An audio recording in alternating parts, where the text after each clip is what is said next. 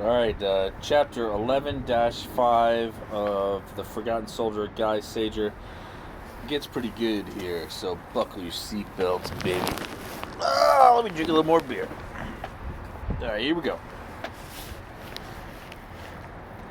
The demoralizing dawn, cold, greeted us as we left the hole. Silently, we resumed our march and our search.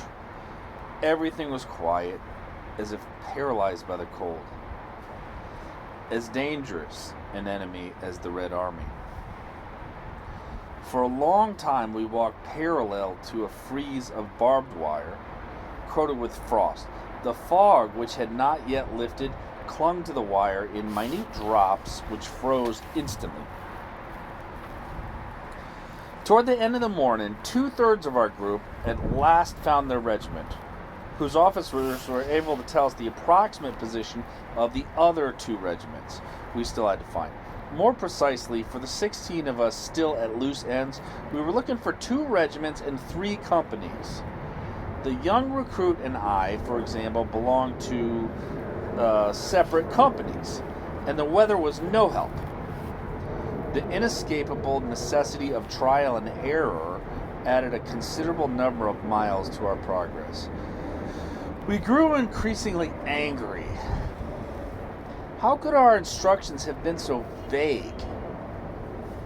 Organizational failure of this kind were particularly hard on German troops, who were accustomed to the utmost efficiency. In fact, the centers of responsibility had practically ceased to exist. The extraordinarily tight army organization, which had functioned so superbly in Poland and France and all the smaller countries invaded by the Wehrmacht, was lost in the immensity of Russia, where the front was nearly 1,500 miles long. Imagine that, 1,500 miles for a front. Our rapidly dwindling transport capability further complicated the situation during the terrible winter, which was to be followed by only one more. Our group of 16 men was made up of 14 fellows belonging to one unit, myself, attached to another, and the tall young recruit who was looking for still a third. To be exact, he and I belonged to 2 separate companies in the same regiment. Just before dark, the main group of 14 ran into their unit. Unexpectedly, as had the others. The young fellow and I were left to fend for ourselves on the icy track, already packed hard by endless comings and goings. Feverish with anxiety, we pursued our tentative route, passing through a half-deserted hamlet. The few soldiers occupying it, dressed as they pleased, or as they could, stared at us in silence. We felt embarrassed and actually a little frightened. According to our instructions, we were to keep on to the northeast. As long as there was any light, we tried to fix reference points on the slightest hollow or hump on the ground, on features more imaginary than real, which we projected onto the infinite monotony. We kept the earthworks and trenches of the front on our right. However, the fog soon reduced the possibilities of navigation to nil.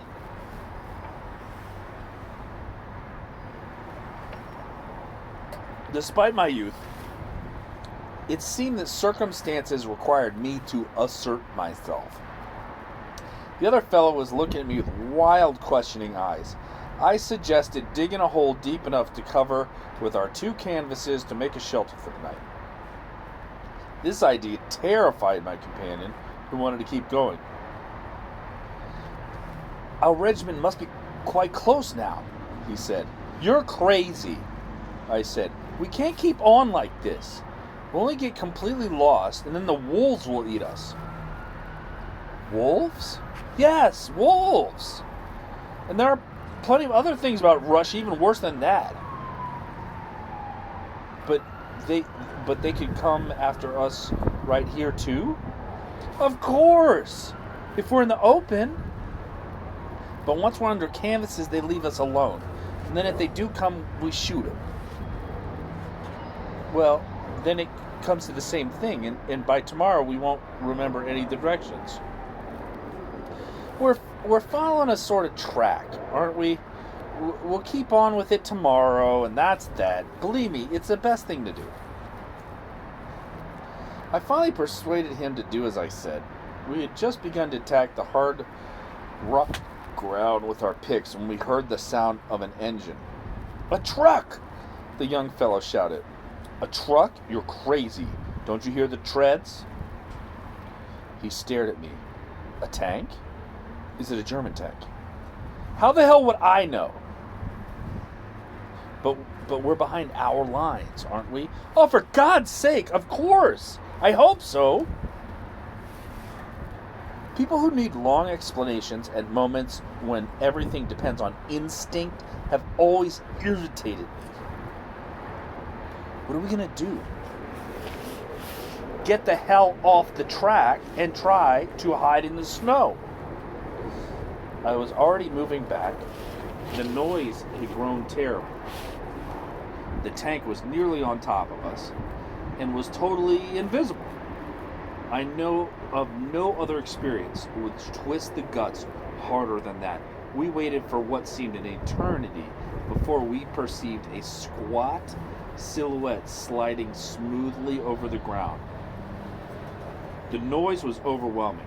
I stared through the darkness, trying to catch some distinguishing details. Finally, drawn by an inexplicable force, I got up and moved forward cautiously, leaving my astonished companion to his own devices. After a mile, he joined me, staring at me with anguished, questioning eyes.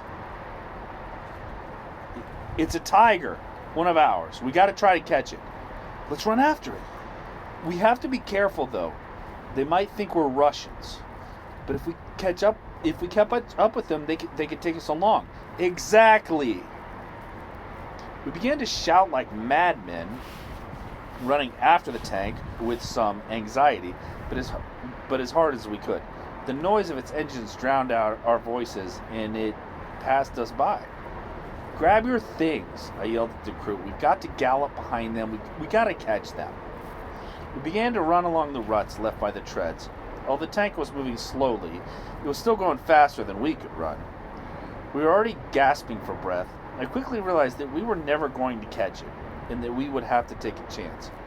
I grabbed my Mauser, and I fired into the fog, into which the tank had almost disappeared. This, of course, was extremely dangerous.